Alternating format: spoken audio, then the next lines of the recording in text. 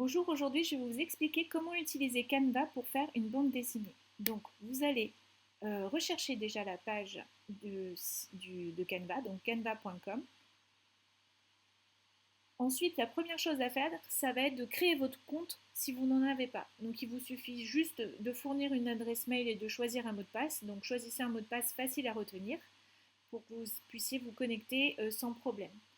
Donc ici, il m'a reconnu parce que je l'utilise très souvent, que ce soit pour faire des affiches, pour des vidéos, pour illustrer mes cours.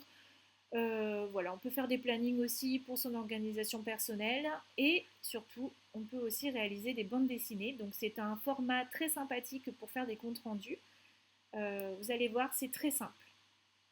Donc, si bande dessinée ne s'affiche pas, vous avez une petite barre de recherche, vous l'avez vu sur la page précédente, où vous pouvez taper BD et là vous allez retomber sur les modèles de bande dessinée possibles. Donc dès que j'ai choisi le design de bande dessinée, en fait lui il va me proposer des modèles existants de bande dessinée. Donc vous voyez, il en existe plusieurs.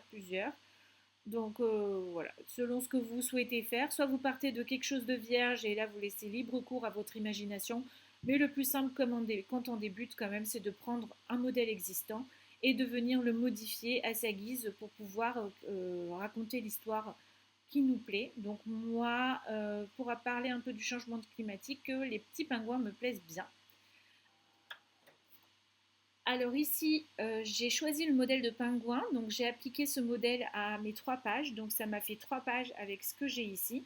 Donc la première page, c'est un exemple de bande dessinée déjà fait avec ce modèle-là. Ensuite, j'ai une planche vierge et j'ai des petits personnages que je vais pouvoir utiliser à ma guise. Donc l'idée, pour faire simple, c'est de commencer d'un modèle existant, d'accord, et de venir modifier ce qui est déjà mis. Donc là, je peux venir changer le titre.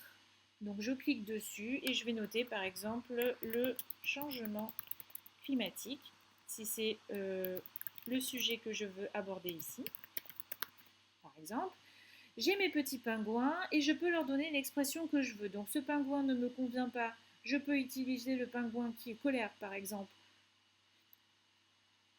pour venir illustrer mon réchauffement climatique. Donc j'ai un pingouin qui n'est pas content parce que sa banquise elle a fondu et il va venir expliquer à son copain pourquoi c'est important de lutter contre le réchauffement climatique. Donc là je rajoute mon pingouin, vous voyez je l'ai remplacé facilement. Si je veux le mettre en fond, donc je vais venir changer sa position ici, je vais lui dire tu recules, voilà, comme ça j'ai le visage qui est dessus et je peux même mettre en arrière-plan. Voilà, il se passe vraiment derrière donc ça n'a pas trop d'intérêt.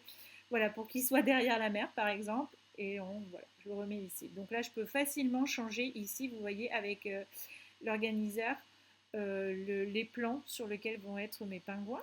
Donc je peux l'agrandir, le rétrécir. Son visage ne me convient pas, j'ai dit que je voulais un pingouin en colère. Donc soit je vais venir copier celui-là, il est déjà prêt. Soit je vais venir prendre, oh bah tiens, on va faire un pingouin. Bon là, il est plutôt rigolo, non, il n'est pas très triste. Donc je vais venir prendre celui-là, donc je copie et je le colle là. Hop, mon petit visage est là. Je le mets sur lui et je redimensionne. Voilà. Et ensuite, je peux mettre le texte qui me convient. Donc j'ai juste à modifier. Je ne suis pas content. Ma banquise fond. Et voilà, comme ça, vous allez pouvoir en fait venir modifier la bande dessinée existante. Si jamais vous voulez inclure une de vos propres images, c'est très facile. Vous allez sur Importer et vous allez venir importer un fichier qui est déjà sur votre ordinateur. Voilà. Donc dans les éléments, là, vous pouvez venir chercher des choses prédéfinies. Je ne sais pas, par exemple, j'ai envie de montrer un soleil, que c'est qu'il fait très chaud. Donc je peux venir rajouter mon petit soleil. Pareil, je dimensionne, je le mets où je veux. Hop, il fait beau aujourd'hui, très très chaud même. Donc voilà, je peux pareil, comme tout à l'heure, le mettre en arrière-plan.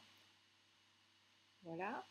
Ainsi de suite. Donc là, dans éléments, vous avez pas mal de choses. Là, le fond, par exemple, il a été créé en rajoutant des formes. Donc, vous rajoutez les formes que vous voulez. Vous voyez, je peux même rajouter les grenouilles. Why not?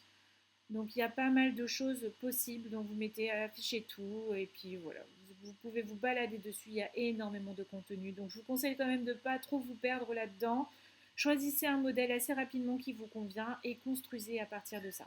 Une fois que j'ai fini ma bande dessinée, donc je supprime les pages dont je n'ai plus besoin, je vérifie que je n'ai pas fait de faute, je peux changer les polices, hein, j'imagine que vous allez très bien vous en sortir pour trouver, donc là, la taille, etc. Ensuite, j'ai terminé, je veux l'enregistrer sous forme de PDF pour le partager à ma prof. Donc je vais dans Partager, vous allez dans Télécharger et vous mettez ici. Donc là, il me suggère le format image, mais je peux lui dire non, moi je veux un format PDF et je télécharge toutes mes pages. Et là, il va s'enregistrer directement dans mes téléchargements. Voilà pour ce petit tuto. Bonne création!